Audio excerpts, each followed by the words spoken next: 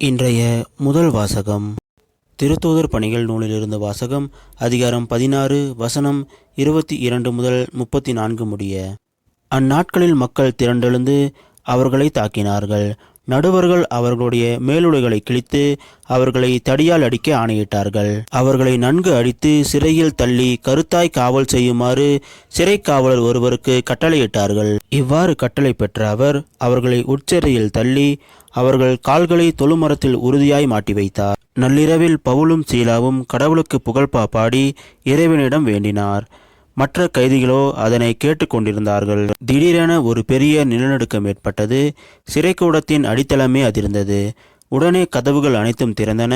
அனைவரின் விலங்குகளும் கலன்று விழுந்தன. சிறை காவலர் விழித்தெழுந்து சிறைக்கூடத்தின் கதவுகள் திறந்திருப்பதைக் கண்டு கைதிகள் தப்பி ஓடியிருப்பார்கள் என எண்ணி வாளை உருவி தற்கொலை செய்து கொள்ள முயன்றார். பவுல் உரத்த குரலில் அவரை கூப்பிட்டு, நீர் உமக்கு தீங்கு ஏதும் செய்து கொள்ளாதீர், நாங்கள் அனைவரும் இங்கேதான் இருக்கிறோம் என்றார். சிறை காவலர் உடனே ஒரு விளக்கை கொண்டு வர சொல்லி விரைந்தோடி வந்து நடுங்கியவாறே பவுல் சீலா ஆகியோரின் காலில் விழுந்தார். அவர்களை வெளியே அழைத்து வந்து, பெரியோரே, மீட்படைய நான் என்ன செய்ய வேண்டும் என்று கேட்டார். அதற்கு அவர்கள், ஆண்டவராகிய இயேசுவின் மேல் நம்பிக்கை கொள்ளும், அப்பொழுது நீரும் வீட்டாரும் மீட்படைவீர்கள் என்றார்கள்.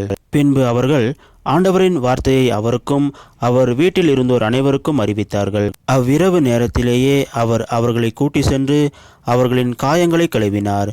பின்பு அவரும் அவரை சேர்ந்தவர்களும் திருமுழுக்கு பெற்றார்கள். அவர் அவர்களை தம் வீட்டுக்கு அழைத்து சென்று உணவு பரிமாறினார். கடவுள் மீது நம்பிக்கை கொண்டதால் தம் வீட்டார் அனைவரோடும் சேர்ந்து அவர் பேருவகை அடைந்தார். இது ஆண்டவர் வழங்கும் அருள்வாக்கு. இறைவா உமக்கு நன்றி. இன்றைய நற்செய்தி புனித யோவான் எழுதிய நற்செய்தியிலிருந்து வாசகம். அதிகாரம் 16 வசனம் 5 முதல் 11 முடிய. அக்காலத்தில் இயேசு தம் சீடரை நோக்கி கூறியது, இப்போது என்னை அனுப்பியவரிடம் போகிறேன்.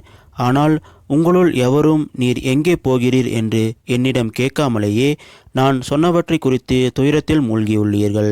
நான் உங்களிடம் சொல்வது உண்மையே. நான் போவதால் நீங்கள் பயனடைவீர்கள். நான் போகாவிட்டால் துணையாளர் உங்களிடம் வரமாட்டார். நான் போனால் அவரை உங்களிடம் அனுப்புவேன். அவர் வந்து பாவம், நீதி, தீர்ப்பு ஆகியவை பற்றி உலகினர் கொண்டுள்ள கருத்துக்கள் தவறானவை என எடுத்து காட்டுவார். பாவம் பற்றிய அவர்கள் கருத்து தவறானது, ஏனெனில் என்னிடம் அவர்கள் நம்பிக்கை கொள்ளவில்லை.